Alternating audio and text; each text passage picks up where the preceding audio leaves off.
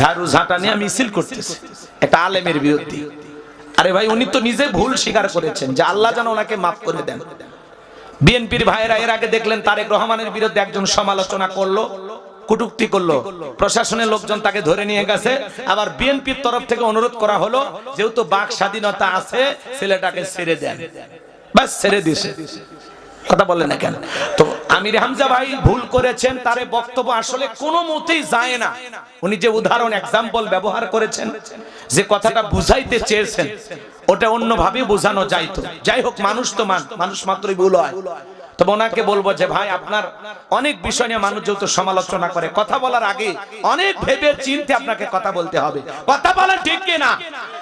Media থাকে, হাজার হাজার ক্যামেরা যায়, রেকর্ড হয়। আপনার এই কথাগুলো সাবধানে বলা উচিত। আর এমন ভাবে কথা বলা যাবে না যাতে যেই কথার দ্বারা একজন আলেমের শান মান ছোট হয়, যে কথা একজন আলেমের শানে যায় না। কথা বলেন। কোকর জন্য আমরা দোয়া করি, আল্লাহ যেন তাকে মাফ করে দেন। ওনার মা বেগম খালেদা জিয়া তিনবারের সাবেক প্রধানমন্ত্রী, স্মরণ কারেলে সেরা জানাজা। বাংলাদেশের 54 বছরের ইতিহাসে এত বড় জানাজা কারো ভাগ্যে জোটেনি, যেটা বেগম খালেদা জিয়া বগুড়ার পুত্রবধূর ভাগ্যে জুটেছে। কথা বলে ঠিক কিনা? আল্লাহ বেগম খালেদা জিয়াকে মাফ করে দেন। চিল্লা এখন আমিন। আল্লাহ তার কবরকে জান্নাতের বাগান বানায় দেন। জোরে বলেন আমিন। তাহলে মুফতি আমির হামজা ভাই উনি দুঃখ প্রকাশ করেছেন। উনি অবশ্য জেলখানা থেকে বের হয়ে বলেছেন যে আমার উপরে অনেক নির্যাতন করা হয়েছে, আমাকে এমন ভাবে টর্চারিং করা হয়েছে যাতে আমি মানসিক পাগল হয়ে যাই। ওনাকে অনেক 11 ঘন্টা ঝুলে রাখছে, অনেক কষ্ট দেওয়া হয়েছে। উনি নিজের মুখে বলেছেন যে আয়না ঘরে আমাকে রাখা হয়েছিল। তো যাই হোক, একজন আলেম যদি ভুল করে থাকে, আল্লাহ যেন ওনাকে মাফ করে দেন। যে ভুল করে তওবা করে, আল্লাহ তাকে মাফ করে দেয়। এজন্য অনেক হয়েছে সারা দেশে অনেক জায়গায়। পাবনার এক নেতা বলতেছে যে এই জেলায় তারে আর ঢুকতে দেব না। মুফতি আমির হামজার মাহফিল বন্ধ করে দেওয়ার জন্য ওনারা বলতেছেন যে পাবনা জেলা আমির হামজা ওয়াজ করতে পারবে না যদি ক্ষমা না চায়। তো উনি তো ক্ষমা চেয়ে ফেলেছেন। কথা বলেন ঠিক কিনা? তো বিএনপির ভাইদেরকে বলবো, যেহেতু উনি মানুষ, ভুল করেছেন, আপনারা ওনাকে ক্ষমার সুন্দর দৃষ্টিতে দেখবেন। বিশেষ করে তারেক রহমানকে এই বিষয়টা নজরে আনা লাগবে। কথা কোন ঠিক কিনা? আমার ভাইয়েরা, এই জন্য অন্যের সমালোচনা করতে আমাদের মজা লাগে, অন্যের গীবত করতে আমাদের ভালো লাগে। কথা বলেন ঠিক কিনা? মুফতি আমির হামজা ভাইকে আল্লাহ পাক দ্বীনের জন্য কবুল করেন। জোরে বলেন আমিন।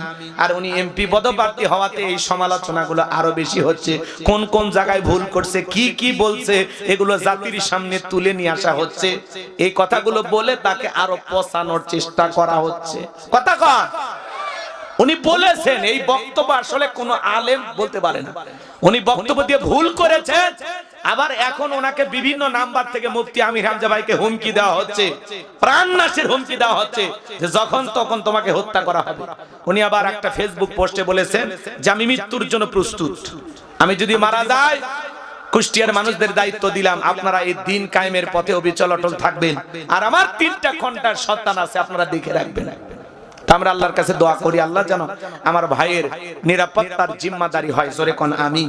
হুমকি ধমকি ভয় পাবেন না। হয়তো বা কিছু মানুষ আছে অতি উৎসাহিত। ভাই, একটা মানুষ ভুল করতে পারে, 2-2.5 ঘন্টা বক্তব্য দেয়, ভুল হয়ে গেছে। উনি যে উদাহরণ দিয়েছেন এই কথা বলে উনি চরম ভুল করেছেন। আল্লাহ যেন ওনাকে মাফ করে দেন। আমরা যেন কথা বলার ব্যাপারে সতর্ক থাকি।